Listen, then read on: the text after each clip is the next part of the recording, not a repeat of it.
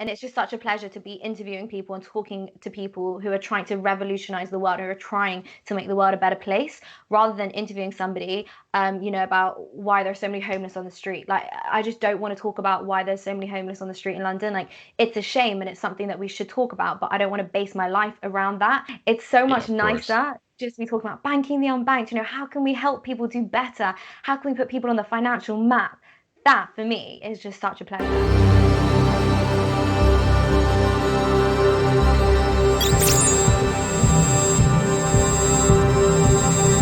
And hey everyone, I have the fantastic pleasure of speaking with Layah Heilpern, independent journalist today. How's it going on this bright and I guess sunny day?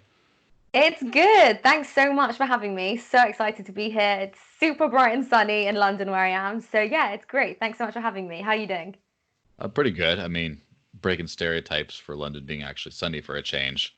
Yeah, exactly. But it is like we've had the most incredible weather since lockdown, so I feel blessed. So Yeah, well, wrong time for it to be that way, but it is what it is. true. Yeah, so I've been kind of fascinated by your story for a while because basically it seems like you're one of the professionally trained journalists who was up in the BBC and all the other stuff, and somehow filtered out into the crypto space and to completely independent content as well. And that's sort of usually it's like the scrappy, I mean, one would call the scrappy reject that kind of ends up in that sort of space in these sort of emerging fields rather than someone who starts more mainstream. It's usually people who have no other options kind of find the cool cutting edge stuff. So, do you mind just going over quickly how you got into journalism and then kind of where did you take this turn to the exciting worlds? Yeah, sure. So I started off studying journalism, like you said, I guess professionally trained, whatever that means. So yeah, I studied that at university, and then I went on to work for a local London television channel where I did the hard news. So it would be acid attacks going around London, knife crime, and then a lot to do with Brexit, and a lot of national news. We had a supposed Russian attack in the UK, which I covered, supposed, which I covered. So, that was all really exciting. Did a lot of work at BBC, like you mentioned, worked for BBC Panorama, loads of different places. But actually, the truth of it is, I always wanted to build my my on-screen career. And there aren't that many opportunities, to be honest, in traditional journalism, just because it is that saturated. It's a market which has been going on for years and years and years. And I did a lot of interviews and a lot of behind the scenes work. And I really, like I said, wanted to kind of develop that on screen presence. So I was offered an opportunity which just happened to be in crypto and blockchain. And then I kind of just loved it, to be honest, because I feel I was reporting on politics and hard news, and with that I find, for me personally, I was very emotionally involved. If if you're if you're talking about acid attacks in London, like, it's not nice to be a Londoner and be reporting on that. If you're Of talking course. about different politicians and they're saying this about this race, this about that religion, like, it's not nice. Like, it's hurtful to be involved and having to, like, listen to it and report on it every day. So I Mhm. found actually a lot of peace in crypto, believe it or not. And I know it's so crazy, right? Like, the volatility in the markets, but I'm not emotionally involved. And particularly, I was never emotionally invested when I got in. So I kind of decided to stick with it. I then left a little bit, and it's a bit long-winded now, but I left Mhm. to go back to, like, the traditional side of things. Was doing finance, like traditional finance, business, politics, murders again. Always This the was murders. Yeah, always the murders, terrorist attacks, and I was reporting on that from Paris. I didn't like it. I really Mhm. didn't like it, and actually, that was like the dream job. And I was like, I don't like it. I don't want it. I want to go back to crypto. So that's what I did. Wow, that's pretty fascinating. That just it seems like a combination of just trying to get upward mobility, trying to get further a career where there's not really that on-screen presence easily available because everyone's already sort of there. that Yeah. sort of gives the push to, oh, let me branch out a little bit. And then as soon as you get a taste of that freedom, all of a sudden it's like, oh, I want to get back into that. Now, how much of it? So the thing with the news cycle, which I mean, I haven't watched. I mean, I don't think I've ever owned a television like growing up, but there's one in the house, but I don't ever watch it. Um, I think there's a lot of people whose lives are dominated by that, and as you said, that there is a lot of negativity involved, and I can only imagine just having to care. Like I look at the headlines anywhere, and then there's everything's about Orange Man bad, right? And everything, and I'm not the biggest fan of Orange Man. Let's get that out of the Yeah, way. fair enough. But it's still, and all the more reason I don't want to see his face anymore. I'm done. I don't want to hear Yeah. about him. I want to hear what he said. I want to hear, and I can understand that sort of soul sucking feeling of Yeah. having to base your whole life around like, let's who's getting stabbed, who's saying mean things, who's. I understand that wanting to escape from that. Now, is it crypto that it's exciting for its own merits, or honestly, is it more just because it's just not that stuff? So I don't know if I 100% understand your question, but to answer it, Mm-hmm. essentially I like this emerging technology, and I think that's what excites Mm-hmm. me. It's such a pleasure to be a part of something where you know that you're right at the beginning. It's like getting involved Yeah, in of like the course. internet right at the beginning. It's like getting involved in anything, and like you just know how this technology is going to take off. You just know, you speak to all these different founders of all these different blockchain projects, and they're just fantastic. But I'm obsessed with everything which is for social good, right? Like I love banking the unbanked, this kind of thing. That it just fits right with me. Mm-hmm. And it's just such a pleasure to be interviewing people and talking to people who are trying to revolutionize the world, who are trying to make the world a better place, rather than interviewing somebody, about why there's so many homeless on the street. Like, I just don't want to talk about why there's so many homeless on the street in London. Like, it's a shame and it's something that we should talk about, but I don't want to base my life around that. I don't want to base my life around, should we be paying our NHS more? It's too much for me. It's so Yeah, much of course. nicer just to be talking about banking the unbanked. How can we help people do better? How can we put people on the financial map? That for me is just such a pleasure. Yeah, I guess it's a different vibe because one is sort of reporting on how all the ways the world is wrong, and then the other is Mm. acknowledging all the ways the world is wrong, but focusing on a solution. Right, like how we can make it better. And I also find the community to be, just because it is such an immature market and it is such a new space, it's also very welcoming. Hmm. And I just prefer that anyway. I think people are more excited within this community. People are happy to bring people in, get people involved. And there's just so much to happen. Whereas I think in anything traditional, Hmm. it's been and done, and it's very closed off. Whereas I find it's a much nicer energy here. Yeah, not quite the new excitement is kind of there. Now, having been in the crypto space myself for, what is it, good 7 years or so, it's there's a dark underbelly to it too.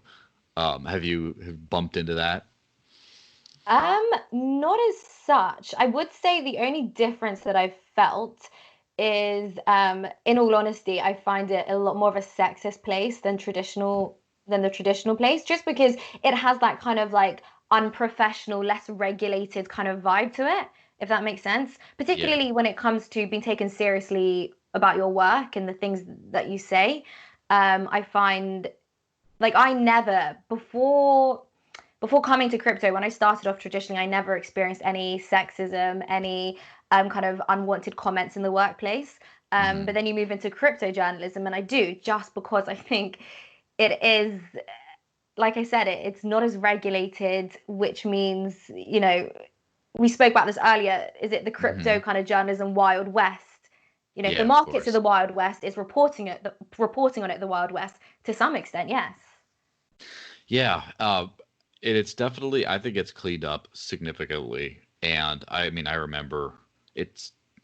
I mean, I remember reporting on a cryptocurrency and something actually happened, and then getting death threats and like a fundraiser to hire a hitman to go after me and stuff, which Wow. I thought Okay. So not it was quite that, it was but pretty funny because nothing ever came of it, and it was but and then the troll wars of like oh, you're reporting on this. This is a scam. Oh, this is like all that kind of stuff seems to have shaken out a little bit. It's still kind of there, and it's still kind of But Wild I West. think you find that though with anything, right? Like Hmm. politics, I used to be Oh yeah, heavily, heavily involved in. Um, work wise, and oh, I would just get the most terrible things. Like, I don't want to get too into it, but I once posted there was like a transgender kind of, hang on one sec, I need to get rid of that's Siri. always a subject that no matter Yeah, who, no matter where you are on that answer, someone is going to hate you to death. yeah, so I'm going to try be as objective and unemotional as possible about this, Hmm. but I was reporting on like a transgender what would I call it, small protest outside the office where I worked, and there were like fireworks going off, and I call them smoke bombs, flares, whatever you want to Hmm. call them. And I videoed it, posted it on Twitter, be like, this is what's happening right now outside of my Hmm. office. And oh, I was absolutely hated and slated for saying that, but I'm like, it just shows you what's going on outside my office. It was, and my Yeah, phone was blowing up. I was trying to have a peaceful dinner, but so I think it's any community. yeah, I'm sure there's a lot of controversy. Now, going back, of course, this is just to counterbalance the whole positivity of, hey, crypto's great, we're changing the world, everything's rose-colored glasses. Um, do you ever feel like a high percentage of? Do you ever get that sort of feeling that there might be just mostly a lot of scammy stuff and not a lot of actually good progress getting done? There's some kind of a. It's easy to sort of fall into, whether it's true or not, right? It could be that, all this, it's all speculative. No one's using this stuff. It's all basically a get rich quick scheme that's not regulated. And the reason it's not regulated is because, no one would ever actually do this if it were. So, do you ever get into that? Do you ever get down on the sort of scammy sides of that? Or do you see that as sort of a minority that it's mostly moving in a positive direction? I think obviously there are going to be scams, there are going to be projects which can't quite achieve what they say they're going to achieve. But I think as a whole, it's just nice to see the space moving in the correct direction and trying to kind of better this world. I think that's a very natural thing to happen with anything new. You're going to have, all these different scams to try and, get their way in. But I just think that's kind of like a natural result. And I think it wouldn't be like I wouldn't want to look at the crypto space and say, oh my gosh, there are all these scams. I don't want anything to do with it. It's kind of part and parcel of something so new and something so unregulated that I think you kind of just have to put that aside and just be smart about it. Um, Hmm. it's one thing to say, oh, I absolutely love the crypto community. I love what it's doing. I love the technology. There's another thing then to get so invested and start sort of eating up every single, new ICO or whatever you see. Yeah, of Um, course. I think you just have to be smart about anything. Yeah, now when you move from a well-established sort of career in something that is very respectable, maybe not the most profitable area to, not like neuroscience or whatever. I'm just Yeah. picking something out there.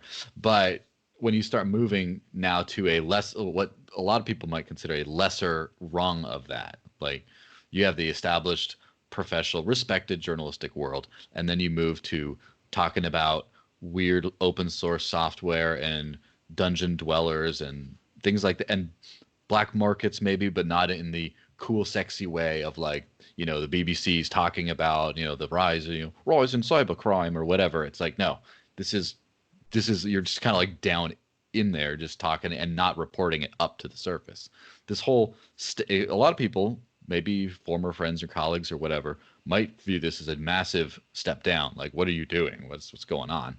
First off, have you seen that kind of perception about yourself? No, not in the slightest. Because I don't really care what. So for me, I don't really care what anyone thinks of me. I That's just do what great. I want to do. I just kind of do what makes me happy. Nothing's a step down because what I Hmm. was doing before, I wasn't able to get that on-screen presence as much as I wanted, whereas now that I can. There's also not a lot of money to be made in traditional journalism. There's more money to be made in this kind of financial area of Hmm. journalism. I mean, I don't really care to be honest. I just do what I do. And I think Yeah. a lot of it's not a step down because you with this you have your freedom, right? This is very you're dealing with people who are all over the world. You're kind of forced to use Skype and all these different kind of social media outlets or whatever it is. That way you have your freedom. A lot of work that I do right now is from home. I much prefer that. I don't want to be trekking an hour and a half within London to get to my office, to be sat in an office all day with very, very boring people, and then trek all the way back out. That's 3 hours on the London Underground. I'm not interested. Like, you've also got to think about quality of life. And when I was working in Paris, I was working for an incredible, incredible station. I was working for China's global television network. It was Yeah. unbelievable.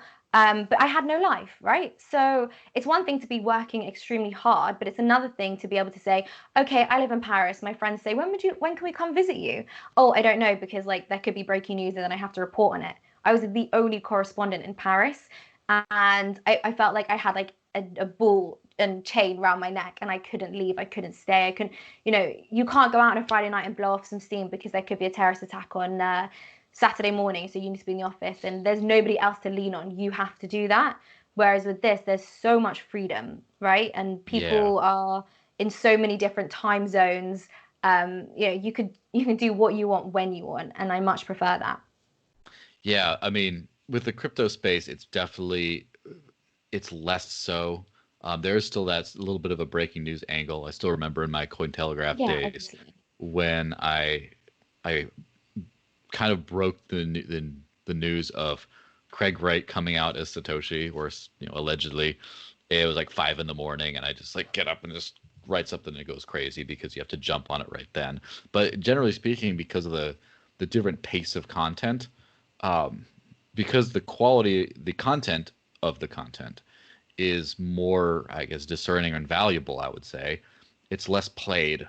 So with traditional media, a lot of times no one really cares what you have to say because everyone's already saying it. You just want to be first. So you got to be there. The first to market is the only competitive advantage you have.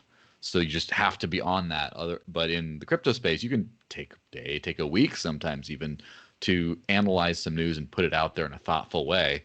And then all of a sudden, no one said that, and then you get some value off of that.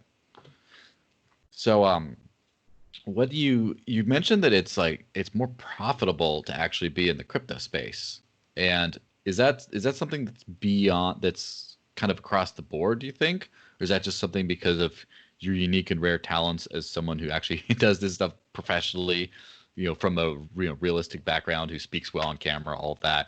Do you think that's like a different because of the relatively restricted supply? Because I've talked to quite a few people that have basically said there's no way to make money on crypto journalism without essentially just scammy clickbait titles over and over and over, worse than what the mainstream media does. So I think it's a factor of things. I Mhm. think, yeah, it might be because I come from a professional background and I can offer a professional service. But I think journalism, unless you're working for like the BBC, for example, in the UK, it's not a well-paid industry at all. Like Mhm. it, it's just not. And one of the jokes we say is like, it's a lot of stress for no money. So, I mean, even if whenever there's finance related, there's more to be made. Particularly even finance journalism, I've seen there's more to be made. Even traditional finance, right? Mhm. Um, but like it's a lot of stress for not a lot of money. Whether coming to crypto as a journalist, so I come with this expertise and I, come with this background, and it might be something quite unique or whatever. Yeah, that might play a part. But then again, like that's great for me, isn't it? Because I have to do what suits me. I have to do what's right for me. I have to sort of find where I fit. And if I can say, oh, I see a gap in the market there, then that's a smart thing to do. Yeah, absolutely. Yeah, it seems like I don't know if there is such a thing as crypto journalism as far as an established field. There's a few big publications, but considering just all the Wild Westness, I mean, just for example, in the past, I've been one of the few people who did not write under a pseudonym. Everyone was some kind of pseudonym. Everyone was from some part of the world where getting paid 20 USD for an article, or possibly less if someone else's get more views than you. And they have some weird systems that was actually attractive. And it's like, well, I would have to just, I'd have to do like 20 a day or something like that to make a good living. And so Yeah. it is a little bit crazy like that. Now, talk to me about the independent bit, because you seem to be doing some stuff that's completely your own, that's completely owned by yourself. That's not just old school bounty hunter for hire, kind of, gunslinger for hire, just lending your services for a paycheck. You're actually taking some ownership of some of your content. You want to talk about that a little bit? Yeah, sure. I mean, so what's going on right now for me is I'm freelancing. I work for myself. I guess I have clients or whatever. I don't know. I don't really like to use that word. I just have people that I work with, and together we produce content. I'm also, yeah, doing, I guess, my own kind of content, but I think that's just because I have more than one interest. So I'm interested in crypto 100%, but I'm also interested in politics, in a way, in a more positive way, though. I'm really interested in health and motivation and keeping fit and kind of not just keeping physically fit, but mentally fit. So that is something which I want to do and I want to talk about. And I want to also just, I don't know whether it's a smart move to kind of establish myself across several different genres of journalism. It's probably not actually, but I'd like to kind of do a lot of different things, and I think that's the beauty of working for yourself. I also have a couple of partnerships coming up, which I'm super excited for. But it's difficult, right? Because like you don't have that, you don't necessarily have a guaranteed paycheck at the end of the month. So you have to be smart about it and understand, who are the serious partners, clients, who can, sorry, I've got Siri coming up again. There we go. Who are the serious partners, who are the serious clients, who are the people that you can guarantee to work well with. And yeah, I guess there's a little bit of a hustle in there, but I prefer it, honestly. I answer to myself. And I think one of the other reasons why I'm like really into this space right now is because what you find is people who in this space are all about kind of um, there's like a political kind of agreement in some ways. Like you find like a lot of people in this space are somewhat Mm-hmm. Of libertarians. course. I mean, not entirely, obviously, but they are. And I think that kind of aligns with me a little bit. I'm all about freedom. I'm all about kind of taking personal responsibility. I want to grow me. I don't want to grow another person's brand or whatever. So I guess it's just kind of that idea of like wanting to be free and do what you want to do and work for yourself. And I think that fits very nicely within this crypto community, if that makes sense. Yeah, absolutely. Now, of course, there's everyone would do that if it was that easy. And I'm sure there's like, here's the thing about independent media, especially, is one of the there's always a risk that when you tell too much of the truth about the wrong people, you basically get shut out. You get censored of some kind. And when you work for a traditional sort of a company, it's easy to just put pressure on them, and then your boss comes out and says, "Hey, you can't do that anymore," and then you're frustrated, throw a little tantrum, and then, however how that shakes out.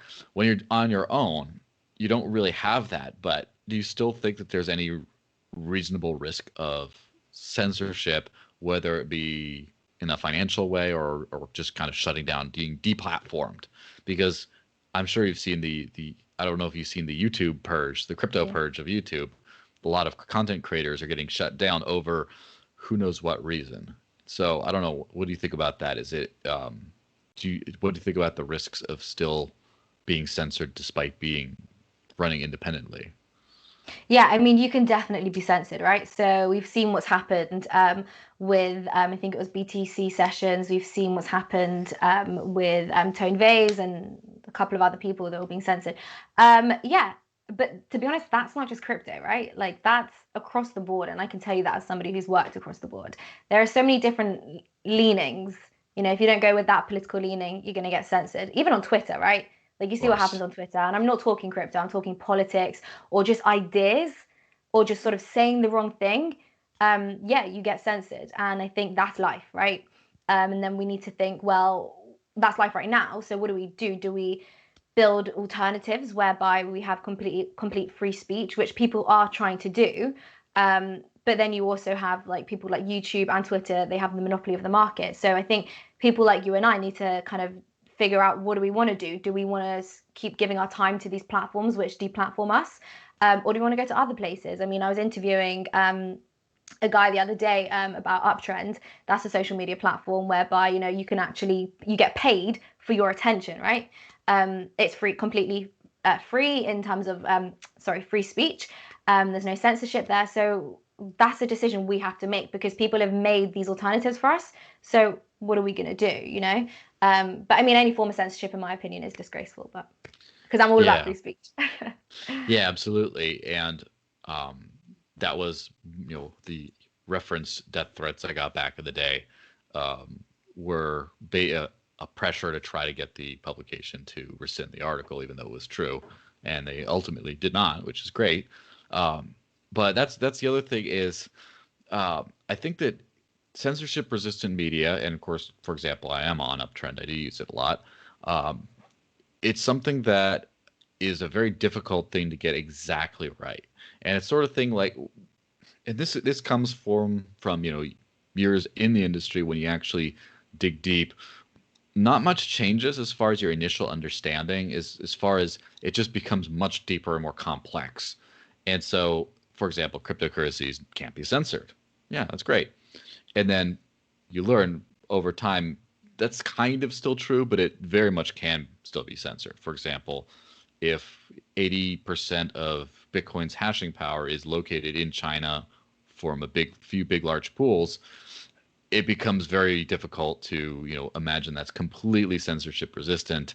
But then of course the fact that you can then fork it and create a completely new code with the same holders, right? You can just sort of transfer over, do a chain split, like as happened a million times with Bitcoin. You could do that, change the hashing algorithm to something they don't control, and then it still works. So you can still kind of censor, but you can still kind of not.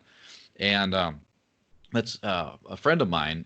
And of course, there's always a balance with this because you, a lot of times you make something super hardcore, and then it's hard to use. No one uses it, and then it just fails. Or you make something really easy to use, and it's not decentralized enough, and then something goes and takes it out. Or you start trying to monetize and start control. You become the thing you started to try to kill.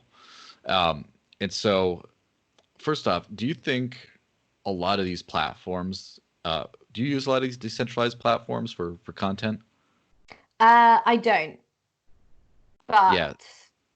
that's just because, you know, it's one of those things we have to make that decision. I Hmm. I stick with Twitter because it's Yeah. easy for me and it works and I like it and it has a very good user-friendly layout, you know, Mhm. which is why I do hope. And when I was speaking with Uptrend the other day, you know, they were saying they're gonna upgrade their user layout and all of this, and you know, I do hope that we can get to a point where these decentralized platforms are able to create something so attractive that we can't sort of stay with, that we can't, you know, say no to it. Yeah, and that always takes a long time, especially if you build something that's truly decentralized. Like for example, a friend of mine built the library platform, LBRY, and I remember helping them. I did some work for them way back in 2016, and I just remember it being like really rough. You have to download like a BitTorrent style client that crashed Yeah, all the time exactly. just to like watch some videos. It was like, oh, it was terrible. And then recently, like the last few months, it's gotten to like I would say 80% of YouTube's functionality and appeal and everything, and over well over 1 million users in March, and it just growing. And we're finally at that stage where some of these decentralized platforms are actually not bad. Um, Now, here's the other prospect. There's a difference between migrating over when it's everything is as attractive, everything works as great, because you want to. The user experience is fantastic.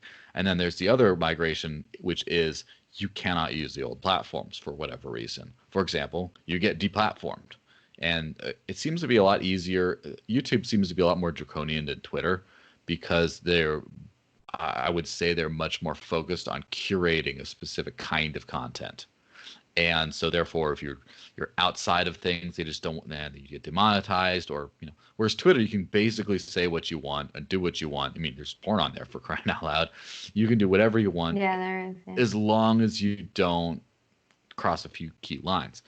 But then what happens? Do you only investigate decentralized platforms when you get kicked off of the centralized ones and your career's in shambles?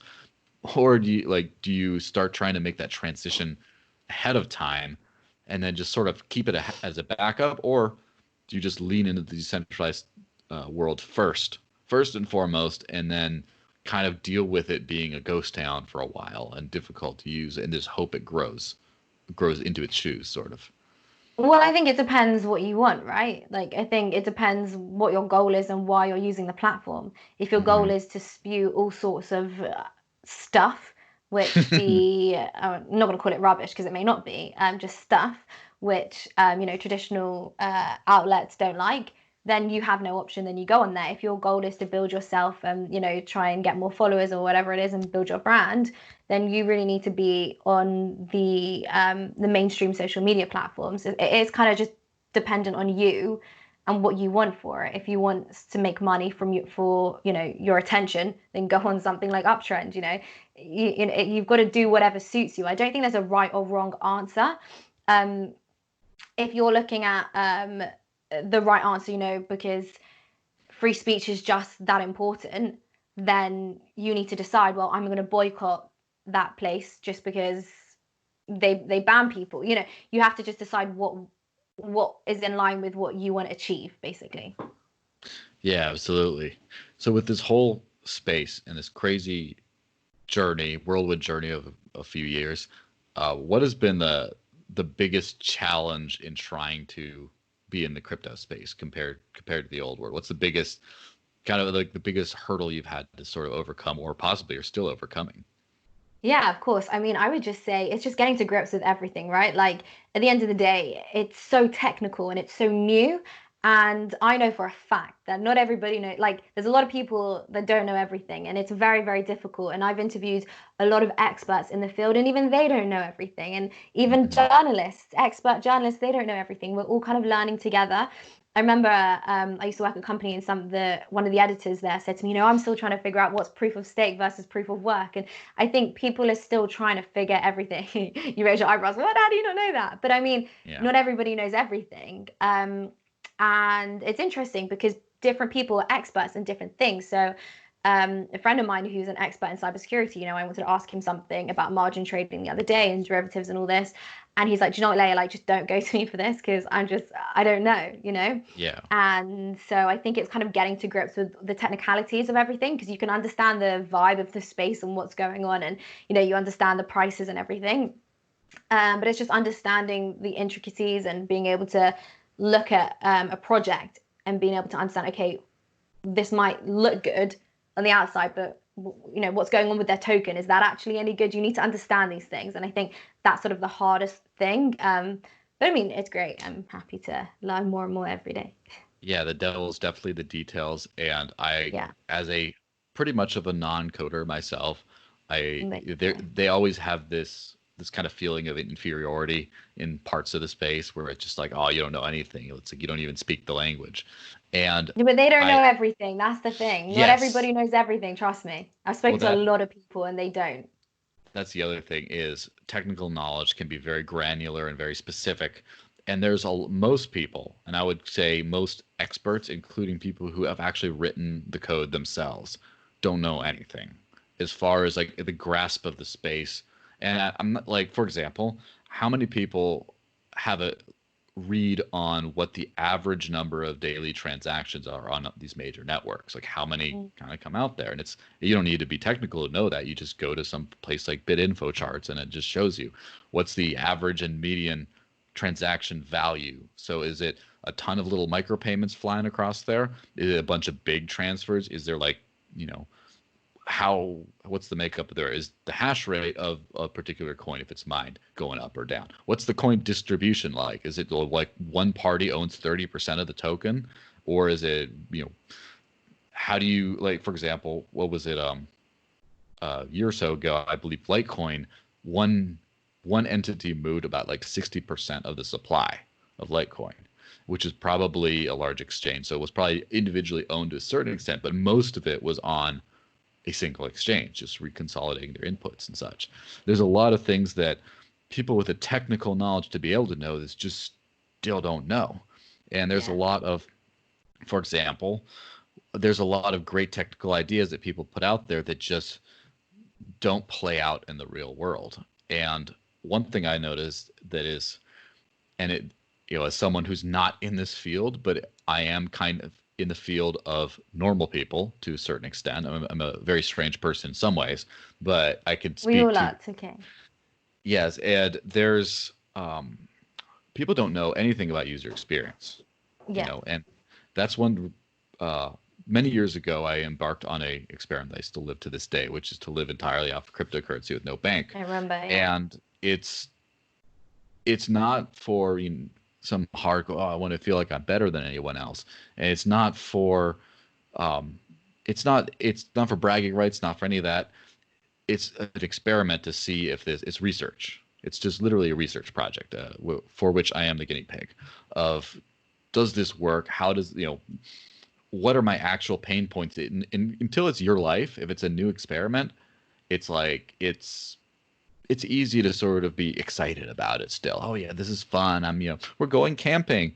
But if you live in a homeless encampment for a while, you start to say, this sucks. I want out. You start to see the actual problems surrounding it. So that's one thing that I think that, people would muggles, as it were, non-wizards, non-coding wizards, have a lot to contribute, is just the fact that they know how the rest of muggle kind acts and speaks and thinks, and they can kind of see that, yeah, this is not going to go to market.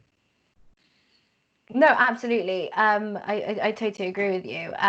But I think it just sort of going back to sort of saying, well, the technical people know this and that. I think from my experience, I don't know if you've kind of had the Mm-hmm. same shared experience, but we have the privilege of interviewing so many different people, and I think it's just one of those things where nobody's an expert in everything, and this field is so diverse, and there are so many different things, right? So like, just because somebody's technical doesn't mean they're going to be able to understand like marketing or something like that, or like the branding, or even the user experience. And I think if somebody knows so much about that and you know so much about that, I think it's great to sort of come together and be able to provide a more comprehensive understanding and work together to build a better kind of environment, better working environment, build better projects, protocols, whatever you want to call them.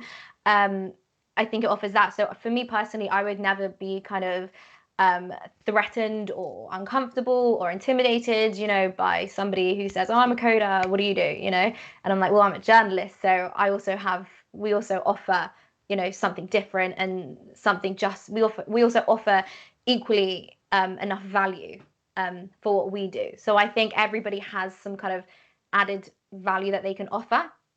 Of You course. sort of just have to figure what that is and figure where you lie in that and how you can add value, and not be intimidated by someone who might know more than you, because you know more about other things too, if that makes sense. Yeah, absolutely. Does the crypto space know anything about journalism? Okay, probably not. I mean, I don't know, maybe. I guess the journalists in the crypto space do. So Yeah, I mean, I guess the true ones. There's been, I mean, kind of, I don't want to throw too much hate around there, but there have been some reporters for top, literally the top crypto yeah. publication, that have published just absolute nonsense, and not just not fact checked, like, done in a completely hip piece way, but not only not fact checked, Do you but mean like then later, mainstream outlets? well, mainstream crypto, the highest Oh, of the mainstream crypto. crypto Okay. outlets, Yeah. and just, and then when it basically reveals a fundamental misunderstanding about how the thing works, and not really willing to be corrected either, just like, let's put it out there, and then we're too big, too bad, you have no one else to believe.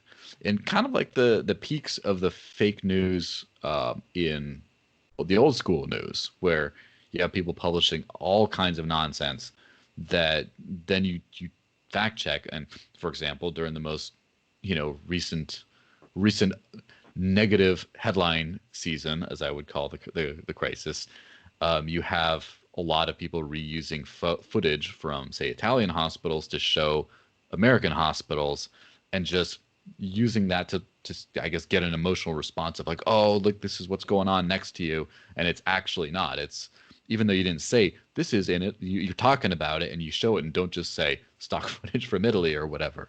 There's a lot of this Yeah. kind of stuff, And I've been pretty, I guess, surprised at how it gets called out in the mainstream. In the crypto world, it's starting to get called out.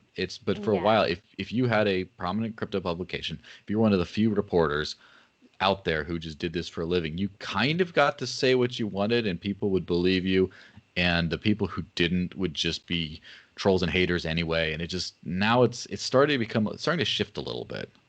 Yeah, but I think like that sort of comes back to what we were saying earlier, right? Like everyone has their value to add in the crypto space. So that's why we need more journalists. We need more people from that professional background, not just somebody who's really into crypto and then suddenly decided to start a channel and just sort of says what they want and now they're journalists. Like ta-da. Like, Yeah, no, which you're was not all just of them. journalists. Right, exactly. Well, maybe, yeah, to Which some was extent. all of them. Yes.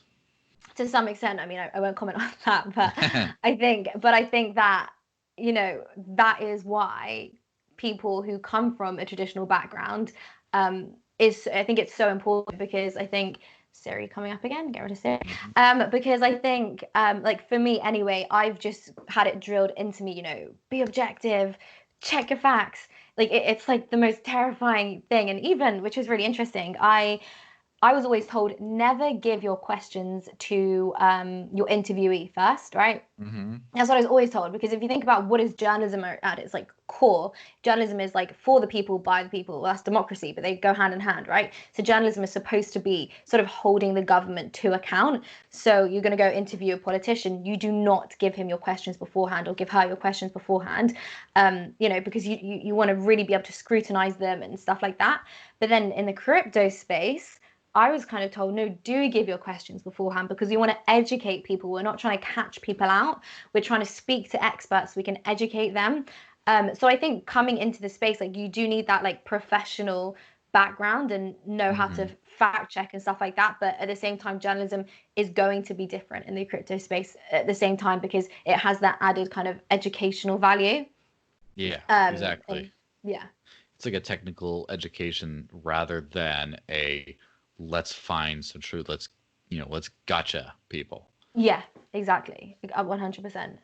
Yeah, and it's also difficult because to gotcha some people because the space is so technical that and I've heard that done before where and this goes back to what you're talking about being, kind of a new entrant into the space of amongst a group of people that traditionally is not in the space and or wasn't in the past. I did hear a podcast many years ago where some young lady who is the president or CEO, some head of some project, came on some podcast and as a non-technical person, and then the host eventually basically tried everything they could to belittle her and make her sound really stupid because she didn't understand the deep technicals of everything. And it's like, well, why are you on our podcast if you're not a coder? Get out of here, kind of thing. It was kind of a really interesting look into the way things used to be, and then now things are definitely shifting to a great degree.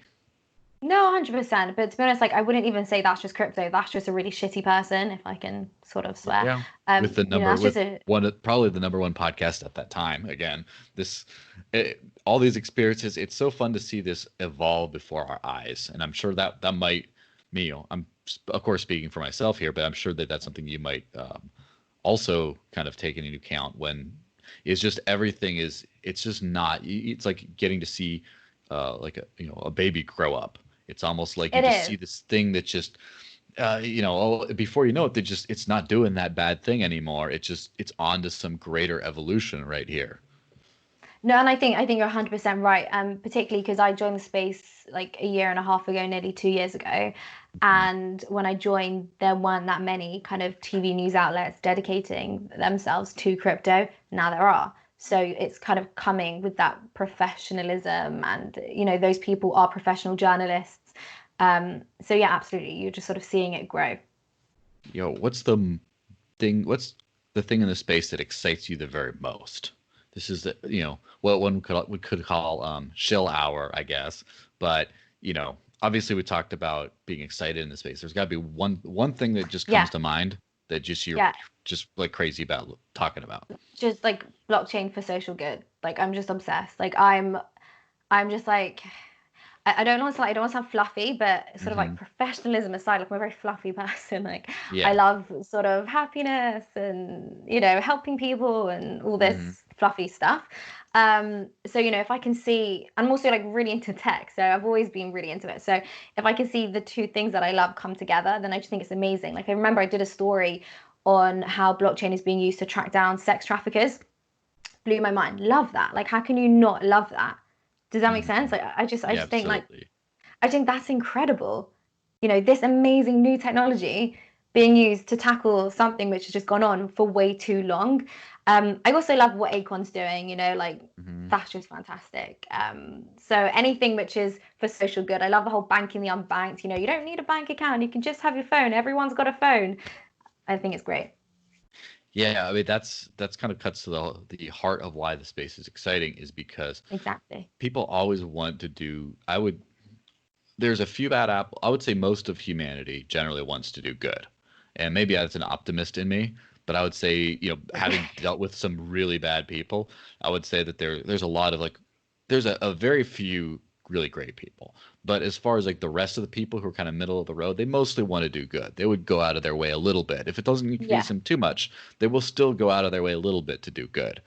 And I think that there's a lot of frustration in the old systems because you can't like let's vote the right guy in, for example, to do good. This guy is going to save the poor, and it just there's just so much frustration in the inability to get anything done. And this represents sort of a clean slate where you just get to kind of start building your own city almost. You're outside Exactly. of the and you can just start addressing the problems directly and then fail on your own merits, not just Yeah. because you can't get a coalition together or whatever. No, 100%. And I think you're totally right, right? Like, I think they even said that Acorn has done more. What was it? I don't remember the stats, so don't quote me on this, but it was Hmm. something like Acorn has done more for Africans in like the last year than charities have done in the last whatever, like decade. That's not quite the exact quote or whatever, but I that's what they believe it say. though. Yeah, no, as in like it is true. I just don't know whether it's he did more in 2 years Hmm. than they did in 20, or he did more in one than they did in 10 years. I can't remember the comparison. Either way, he's flexing on him, you know? Yeah, So, exactly. He's doing better. So exactly what you said. so where can people find all about your work? Either your, um, just all your work. Where can people find about? Yeah, so I'm kind of all over the place. I should really sort of centralize my work. I should open a website of some sort. But Twitter, honestly, I post pretty much everything on Twitter. I probably shouldn't. I should post less on Twitter. But if you're no, I'm good. Uh, Yeah, so like everything, Twitter's meant to be even abused. yeah, well, there you go. I abuse it too much. I mean, for everything from like health, wellness, positivity to crypto to politics, it's all on there. Even on Instagram, to be honest, it's all on there. But I should open up a website, to be honest, because I have some plans. So maybe I should just be a good place to sort of centralize everything. Yeah. Hopefully, someplace that can't get taken down. Yeah, no, no, no. I'm talking like just a nice little advertising website. This is Layah. This is what she does. This is how you can contact her. This is how you can work with her. I should do something like that. Yeah, absolutely. Well, thanks very much for sharing your time with me. It's been an interesting journey for sure. And yeah, all the best. Yeah, thanks for having me.